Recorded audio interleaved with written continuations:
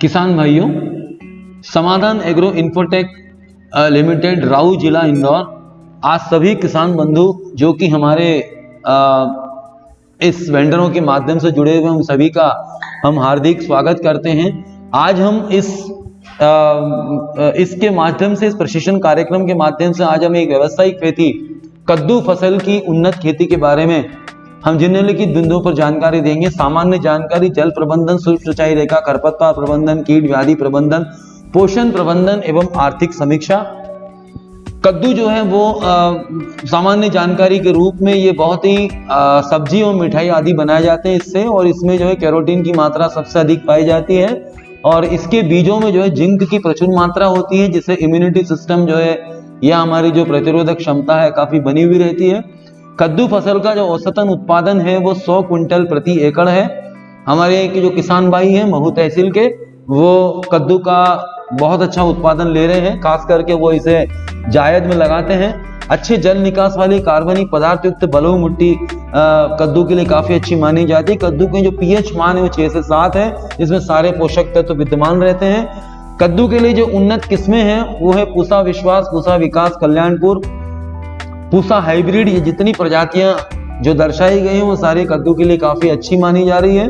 फसल अवधि कद्दू की 3 से 4 माह और 20,800 से 1000 ग्राम प्रति एकड़ है। सभी मेरे किसान भाइयों से मेरा निवेदन है जो वेंडरों के माध्यम से जुड़े हैं वे इसका स्क्रीनशॉट लेते जाएं।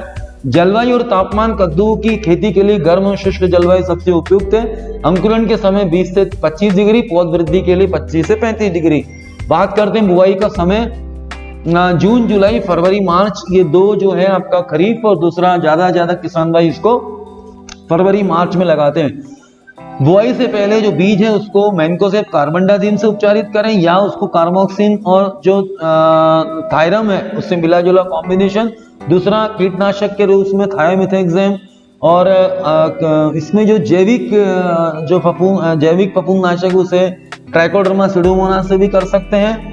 थायोफिनेट, मिथाइल और पायरोक्लोस्ट्राबिन जो है ये भी बहुत अच्छा रासायनिक फफूंदनाशक है जो कि बीजोपचार भी इससे हम इसका कर सकते हैं। बात करते हैं हम नर्सरी में जो पौधे तैयार करना है, कद्दू को सीधे भी बो सकते हैं और नर्सरी से भी कर सकते हैं। भाई लोगों, बीज को जो है ट्रे या छोटे पॉलीथीन बैग में बो सकते हैं। बीज की बुआई 2 से 3 सेंटीमीटर। जब पौधे 3 से 4 सप्ताह के हो जाए तो इन्हें हम खेत में प्रत्यारोपित भी कर सकते हैं। प्रत्यारोपित करने के पहले हम इसे जो है जो पीएसबी है, एज़ोटोबैक्टर है, ट्राइकोडर्मा सुडोमोनास के घोल में डुबो के भी इसको हम फिर प्रत्यारोपित करें तो ज्यादा फायदा होगा। बात करते हैं फसल का उत्पादन बढ़ाना। जो रबी की फसल है उसकी हम कटाई छटाई करने के पश्चात हम खेत अच्छी तरह तैयार करें। कद्दी की जो गहरी जुताई है उसको करने के पश्चात अंतिम जुताई के पहले मिट्टी परीक्षण करा लें। रोटावेटर करने से पहले पकी हुई गोबर की खाद जिसमें कि ट्राइकोडर्मा सुडोमोनास मिला हुआ हो और उसको माध्यम कल्चर से उपचारित करें। उसके बाद अच्छी प्रजाति का चुनाव करें और बीज उपचार जैविक या रासायनिक विधि में अनिवार्य रूप से करें। बीज की बुआई आजकल ऊंची उठी हुई क्यारी पद्धति से करते हैं, लेकिन अगर व्यवस्था नहीं है तो इसको दूर दूर भी हम इसको फ्लैट लैंड के ऊपर लगा सकते हैं। पानी का प्रबंधन टपक सिंचाई से करें। टपक सिंचाई जो है उसमें पानी नियमित रूप से दें।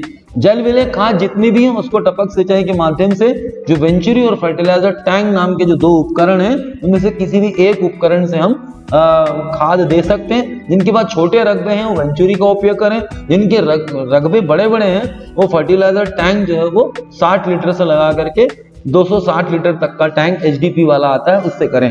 जैविक खाद, जैविक कीटनाशकों का 75% फसल पर उपयोग करें। समन्वित कीट एवं व्याधि प्रबंधन अपनाएं जिससे कि फसल को हम आर्थिक नुकसान क्षमता से ऊपर रख सकें। बात करते हैं हम कद्दू फसल की पौधरोपण विधि। कद्दू को जो है काफी दूर दूर लगाना चाहिए, 180 सेंटीमीटर और 30 से 40 सेंटीमीटर ड्रिपर से ड्रिपर। बुआई की गहराई 2 से 3 सेंटीमीटर। बात करते हैं हम खरपतवार प्रबंधन की। आप देखेंगे कि जो खेत हमको बहुत साफ रखना है इसमें, और ये जो कद्दू का आप देख रहे हैं ये जो डिस्टेंस है वो 22/5, 22/10 पारंपरिक विधि, यांत्रिक विधि, रासायनिक विधि। और ये जो यांत्रिक और पारंपरिक विधि है इसके अंदर में गर्मी में गहरी जुताई, खरपतवार मुक्त रखें उसके बाद में फ्लूक्लोरालिन जो है वो खाली खेत में डालें। अंकुरण से पहले पेंडिमिथालिन 1 लीटर प्रति एकड़ के हिसाब से स्प्रे करें। हरी खाद का भी उपयोग किया जा सकता है, उससे भी खरपतवार काफी नियंत्रित रहते हैं। जैसे ढेंचा है, सण है, ये भी हम कद्दू के जो बीज की जो जगह है उसमें हम उसमें लगा सकते हैं। बात करते हैं कीट एवं व्याधि प्रबंधन।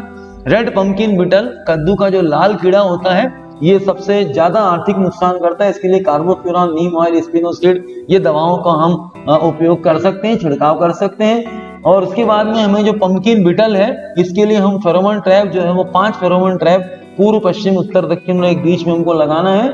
और माहू के नियंत्रण के लिए हम क्या करेंगे कि जैसे नीम ऑयल है, इमिडाक्लोपिड है, थाइमेथाक्साम, इनका हमको शुरुआत में ही छिड़काव करना है। बाद में हम देखते हैं कि लाल मकड़ी, इसकी शिकायत भी आती है कद्दू में। जब मौसम कसने लगता है, आर्द्रता बढ़ती है, तो लाल मकड़ी की शिकायत आती है। उसके लिए प्रोपेरोगाइड्स, पिरोमेसिफेन, इथियोन का स्प्रे करें।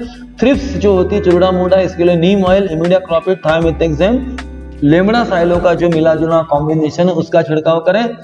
पीला और नीला प्रपंच कार्ड दोनों लगाएं। पीला चिपचिपा कार्ड 10 और नीला चिपचिपा कार्ड भी 10 लगाएं, जिससे कि थ्रिप्स, माहू और सफेद मच्छर के ऊपर जो है वो उससे चिपक जाएंगे।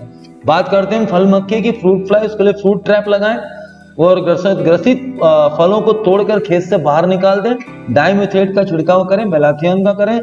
कटवर्म जो कटवा इल्ली वो शुरू में ही दिखती है, इसके लिए कार्बोसल्फान, थाइमेथाक्साम, क्लोरोपाइरिफास और जो है नाइट ट्रैप लगाएं इसके अंदर, जिससे कि फायदा होगा।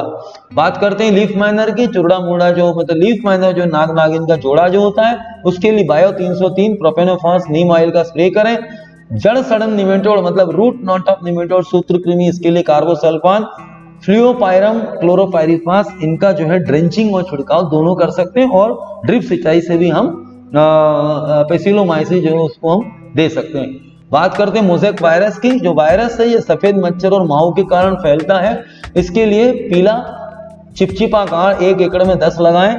ग्रसित पौधों को खेत से निकाल दें और एसिटिमाप्रिड जो है उसका छिड़काव करें 0.6 ग्राम प्रति लीटर पानी में। और ज्यादा प्रकोप होने पर उसमें डाइफेंथुरान जो है वो भी हम सफेद मच्छर के लिए छिड़काव कर सकते हैं। विन बोरर, जो विन बोरर है उसके लिए कीट प्रतिरोधी किस्म लगाएं। थाइमेथाक्साम, क्लोरेंट्रीप्रोल का छिड़काव करें। बात आती है जो रोग लगती है उसमें चूर्णी तासिता, जो जिसको बोलते हैं भभूतिया रोग, इसके लिए कॉपर ऑक्सीक्लोराइड, मैंकोजेब, मैक्लोब्यूटानिल शुरुआत में ही जब लक्षण दिखने लगे तो दवा का छिड़काव करें। इसी प्रकार डाउनी मिल्ड्यू या मर्दनोमिल आसिता या उसको पर्णित आसिता बोलते हैं, ये भी कद्दू वर्ग की सबसे मुख्य बीमारी मानी जाती है। इसके लिए डाइमेथोमार्फ, मैनकोजेब प्लस मेटलैक्सिल का जो मिला जुला कॉम्बिनेशन है, फेनमिडोन का कॉम्बिनेशन है, वो भी हम छिड़काव कर सकते हैं। ध्यान रहे गमी स्टेम ब्लाइट, ये जो है ये तना ये इंटरनोड फटने लगते हैं, इसके लिए हमको कॉपर ऑक्सीक्लोराइड बैक्टीरियानाशी का छिड़काव करें। फ्रूट रॉट जो आता है फल सड़न, इसके लिए मैक्लोब्यूटेनिल, क्लोरोथाइनिल और एथॉक्सिस्ट्रोबिन का हम छिड़काव शुरुआत में दिखते से ही स्प्रे करें। और दूसरा आता है एंथ्रेक्नोज, ये क्लोरोथाइनिल, मेटलैक्सिल, मैनकोजेब का जो मिला जुला कॉम्बिनेशन है वो हम एंथ्रेक्नोज के लिए स्प्रे कर सकते हैं। डंपिंग ऑफ जो आता है, आंध्र गलन की जो शिकायत आती है, उसके लिए बीजोपचार हमने किया ही है। हमको क्या करना है कि इसके लिए कॉपर ऑक्सीक्लोराइड फोसटाइल जो है उसकी ड्रेंचिंग करें। और ड्रेंचिंग जो है कप में लेकर के करें और 50-50 ml एक पौधे को जाना चाहिए।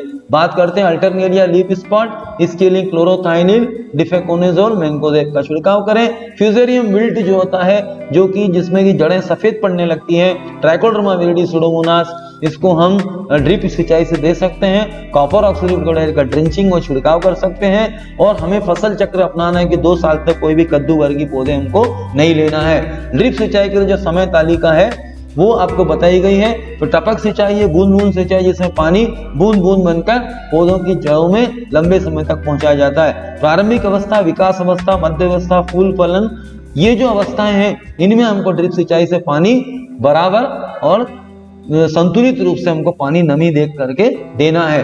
पोषण प्रबंधन, आधार कार्ड जैसे जैविक खाद हम पहले ही दे चुके, पोटाश, डीएपी, सूक्ष्म पोषक तत्व, मैग्नीशियम सल्फेट, इसके साथ में माइकोराइजा जो वैम फंगस है वो हमको इसके साथ 10 किलो प्रति 25 किलो में देना है, जिससे फास्फोरस पूरी तौर से पौधे को उपलब्ध हो जाएगा।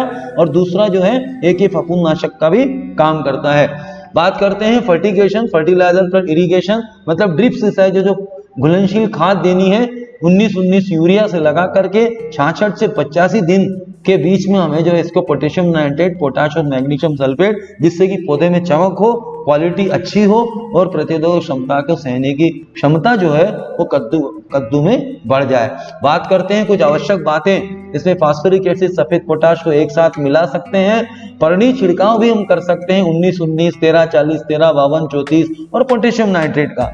बात करते हैं उन्नत सिंचाई, तकनीकी सिंचाई में अंतर यह है कि इसमें पानी की बचत होती है, समान रूप से सिंचाई होती है, ऊर्जा की बचत होती है, खरपतवार रोग की कमी आती है, गुणवत्ता और उपज अच्छा होता है और श्रम की लागत भी कम से कम होती है। ऊर्जा की बचत, श्रम की बचत, पोषण की बचत, मतलब अगर हम समन्वित पोषण प्रबंधन भी ड्रिप सिंचाई से अच्छी तरह से कर सकते हैं। जहां हमको 5-5, 6-6 बोरी फ्लड इरिगेशन में लगता है, ड्रिप सिंचाई से 3 बोरी में ही हमारा किसान पूरा पोषण का प्रबंधन कर देता है। आर्थिक समीक्षा अगर की बात करें तो लागत जो होती है इसमें उन्नत खेती से 25,300 रुपए, अतिरिक्त खर्च जोड़ेंगे तो 70,830 रुपए, परंपरागत खेती में 12,800 रुपए, अतिरिक्त खर्च जोड़ेंगे तो 14,080 रुपए। बात करते हैं कि जो कुल आय आती है परंपरागत खेती में 45,990 रुपए शुद्ध आय। कुल आय में से खर्चा अगर हम घटाएंगे तो शुद्ध आय अर्जित होगी। अगर हम उन्नत खेती की बात करते हैं तो 62,170 रुपए शुद्ध आय, क्योंकि जिस भाव में हमने बेचा उसमें से हमने हमारे खर्चों को घटाया तो हमको जो क्या मिल गया 62,170 रुपए। अब हमारा जो फार्म सिग्मा मोबाइल एप्लीकेशन है जिसके माध्यम से हम ये संगोष्ठियां करते हैं, वो जो हमारे कितने वेंडर जो हमारे किसान भाई जुड़े हैं उनको हमारे वेंडर भाई लोग जो हैं वो ज्यादा से ज्यादा इसे डाउनलोड कराएं और इससे हमारे किसानों को 70 फसलों की जानकारी मिलेगी, मौसम का पूर्वानुमान मिलेगा, मंडी भाव के अपडेट्स मिलेंगे, मिट्टी परीक्षण के आधार पर हम आंकलन करके उनको सही सलाह दे सकते हैं, तकनीकी सलाह दे सकते हैं। दूसरा जो है व्यक्तिगत सलाह भी मिलती है। अगर आप हमारे वेंडरों के द्वारा जो किसान हैं वो अगर हमें जो है क्लिप्स डालते हैं फसल की, कौन सी बीमारी, कौन सा कीट है, कितना पानी देना चाहिए, कौन सी खाद देना चाहिए, कौन से तत्वों की कमी, वो भी जानकारी हम समय समय पर आपको हमेशा देते रहते हैं। जब भी आपको दूसरा उसका हम आंकलन भी करते हैं, पूछते भी हैं। अगर रिजल्ट आता है तो बहुत अच्छी बात है, नहीं आता है तो हम उसके लिए दूसरा जो है विकल्प ढूंढकर वो भी हम डालने की कोशिश करते हैं। इसी के साथ में आज अपनी वाणी को यही विराम देता हूं। धन्यवाद। जय हिंद, जय भारत।